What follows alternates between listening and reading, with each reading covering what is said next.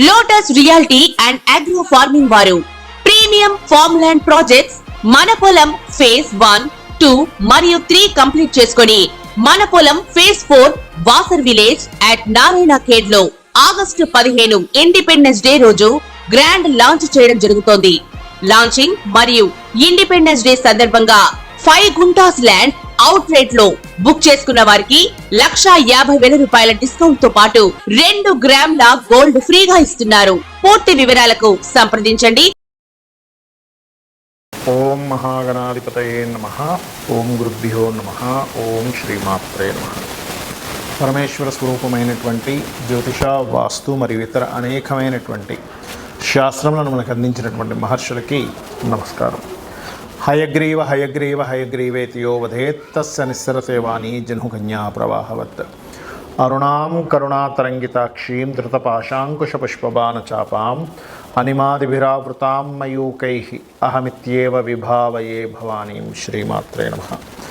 ప్రేక్షకులకి ఆ లలితాంబిక అమ్మవారి యొక్క అనుగ్రహం పరిపూర్ణంగా కలగాలని మనస్ఫూర్తి కోరుకుంటూ, మనకి ఇప్పుడు మనం చెప్పుకోబోయేటువంటిది ఏంటంటే కుజుడుకు సంబంధించింది. చాలామంది స్తంభన అనుకుంటున్నారు, కానీ కుజ స్తంభన కాదు. అది కుజుడు నీచ పొందుతున్నాడు. ఎప్పటి నుంచి అంటే మనకి అక్టోబర్ 21వ తేదీ నుంచి నీచ పొంది కరెక్ట్గా డిసెంబర్ 6వ తేదీ 6, 7 తేదీల్లో మళ్ళీ వక్రిస్తాడు. అదే నీచపడి వక్రిస్తాడు. వక్రించి జనవరి 22వ తేదీ వరకు వక్రించి మళ్ళా కర్కాటకంలోనే ఉంటాడు. అంటే దాదాపుగా ఆయన ఎంటర్ అవ్వడము ప్లస్ వక్రించి అక్కడే ఉండడం. దీన్ని బట్టి ఏమంటారంటే ఎక్కువ కాలం ఉంటున్నాడు కాబట్టి స్తంభన అనుకుంటారు. కానీ స్తంభన అనేటువంటిది ఏంటంటే అసలు ఎక్కడా కూడా కొన్ని డిగ్రీలు కూడా ముందుకు కదలకపోతే దాన్ని స్తంభన కింద తీసుకోవాలి. స్లో మూమెంట్ ఉంది కాబట్టి కొంతమంది స్తంభన అంటారు. బట్ అక్కడ ఇచ్చే ఫలితం చూడాలి. స్తంభించినా, వక్రించినా, నీచబడ్డా, అంటే ఒకవైపు నీచబడున్నాడు, వక్రించున్నాడు. ఆ నీచబడినటువంటి ప్లానెట్ ఏ రాసులను చూస్తుంది, ఏ గ్రహాలను వీక్షిస్తుంది అనే దాని మీద ఆధారపడి ఉంటుంది. ఎప్పుడు కూడా గుర్తుపెట్టుకోండి. కాబట్టి ఈ యొక్క ఫలితాలు ఏవైతే ఉన్నాయో చెప్తుంది నేనైనప్పటికీ కూడా చెప్పిస్తుంది సాక్షాత్ లలిత అమ్మవారిగా భావిస్తూ, ఏ ఏ లగ్నాల వారికి, లగ్నం తెలియని వారు రాశిని చూసుకోండి. ఎటువంటి మంచి జరగనుంది, ఎటువంటి విషయాల్లో వీళ్ళకి జాగ్రత్తలు చూసుకోవాలి, ఏ పరిహార మార్గాలు చేసుకోవాలనేటువంటిది ఇప్పుడు మనం తెలుసుకుందాం. ధనస్సు లగ్నము, ధనస్సు రాశి. ధనస్సు వారికి కనుక చూసుకున్నట్లయితే ఇక్కడ పర్టికులర్గా ఈ లగ్నం నుంచి అష్టమంలో కుజుడు నీచ, 3వ స్థానంలో శని వక్రి అండ్ స్ట్రైట్ కూడా అవుతున్నాడు తర్వాత. అండ్ అలాగే లాభంలో రవి నీచబడి, రవి కుజులు ఇద్దరు నీచభంగా రాజయోగం కూడా పొందుతున్నాడు.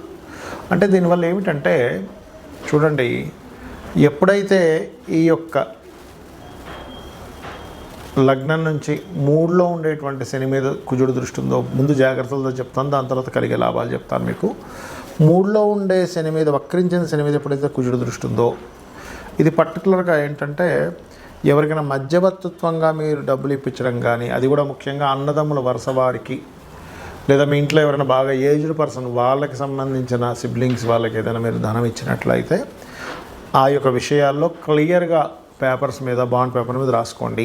నోటి మాట లేకపోతే తెలిసిన వాళ్ళు కదా అనేటువంటి మనీ రిలేటెడ్ మ్యాటర్స్ విషయంలో, మధ్యవర్తిత్వంగా ఉండేటువంటి విషయంలో ఒక్కోసారి ఏమో ఇద్దరికి ఏదో గొడవ జరుగుతుంది, సరే నేను హామీ మీ ఇద్దరి మధ్యన అంటాడు, అక్కడ రాతల కోతలు ఏముండదు, తర్వాత అదే గొడవకి దారితీస్తుంది. కాబట్టి ఈ యొక్క విషయాల్లో చాలా జాగ్రత్తగా ఉండండి.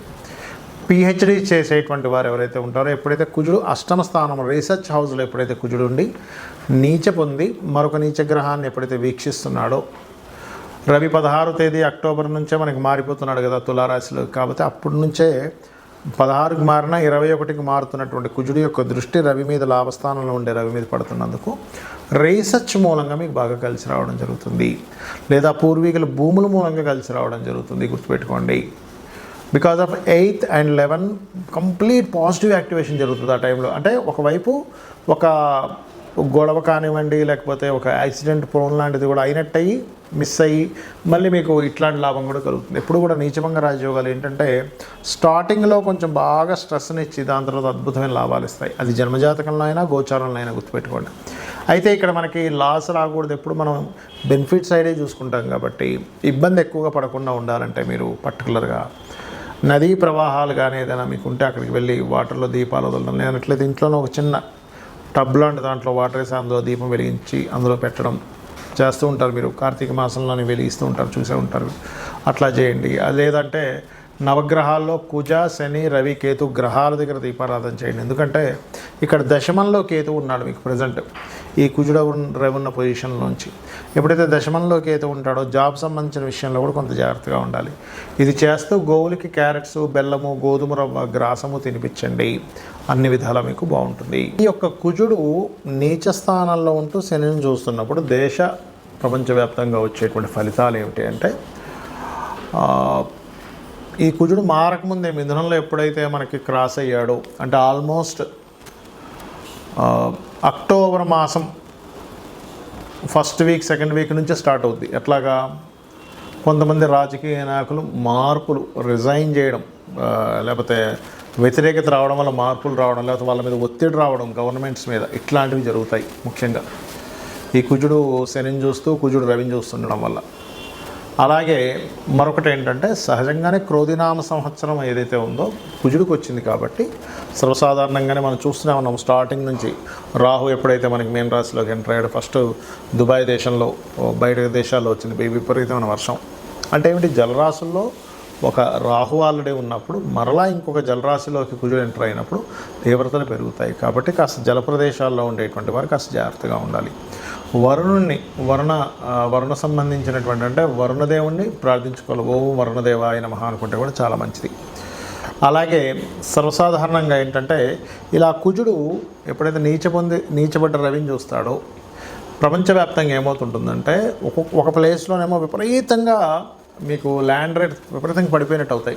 కొన్ని ప్లేసెస్లో అసలు ఈ బాబా ఇంత ల్యాండ్ రేట్, ఇంత రేట్ అవుతుంది మేము ఎక్స్పెక్ట్ చేయలేదంటారు. ఎందుకంటే భూతత్వ రాశుల్లో వెళ్ళి కేతు ఉన్నాడు అక్కడ. ఎప్పుడైతే భూతత్వ రాశుల్లో కేతు ఉన్నాడో కొన్ని ప్లేసెస్లో స్ట్రక్ అవుతుంది. మనం లాస్ట్ టైం రాహుకేతువులు మారినప్పుడు చెప్పుకున్నాం, భూములు కొంచెం స్టాగ్నెంట్గా ఆగుతాయి, స్టెబిల్డ్ అవుతాయి, జల సంబంధించినవి ఇబ్బందులు వస్తాయని. అలాగే ఏంటంటే ఇప్పుడు భూతత్వ రాశుల్లో ఇంకా కేతువు మనకి నెక్స్ట్ ఇయర్ 2025 మే 30 వరకు ఉంటాడు. కాబట్టి కొన్ని ప్లేసెస్లో భూములు అలాగే స్ట్రక్ అయినట్టుగా ఉండి, ఎప్పుడైతే రవి మనకి ఈ తులారాశిలో సంచరిస్తుంటాడో ఆ సమయంలో ఏమవుతుందంటే అసలు అన్ఎక్స్పెక్టెడ్గా భూములు పెరగడం, ఒకవైపు అన్ఎక్స్పెక్టెడ్గా తగ్గడం, ఈ ఫ్లక్చువేషన్ అనేది చాలా ఎక్కువగా అవుతూ ఉంటుంది. ఒక దేశం మీద ఇంకో దేశం అనుకోకుండా మెరుపుదాడులు చేయడం, అది కొన్ని మనకు చూడండి, యుద్ధ సంబంధించినటువంటి కొన్ని బంకర్స్ అవి ఉంటాయి, వాటి మీద సడన్గా దాడి చేయడం కానీ, లేకపోతే సరిహద్దుల్లో కొన్ని వాళ్ళు మీరుతుంటారు. అంటే ఏవైతే కొన్ని సెట్ ఆఫ్ రూల్స్ పెట్టుకుంటారో ఆ రూల్స్ని మీరడం, ఇట్లాంటివన్నీ కూడా కుజుడు పోలీస్కి, మన డిఫెన్స్ డిపార్ట్మెంట్ వాళ్ళకి, వీళ్ళందరికీ కారకుడు అవుతాడు. కాబట్టి అట్లాంటి సంఘటనలు ఎక్కువగా జరిగేటువంటి ఛాన్సెస్ ఉంటాయి. మరియు దీంతో పాటు ఏంటంటే మెరుపులతో కూడినటువంటి విపరీతమైన మెరుపులతో కూడిన వర్షాలు, ఎందుకంటే కుజుడు ఈ మెరుపులకు కారకుడు అవుతాడు. కాబట్టి అట్లాంటివి రావడము.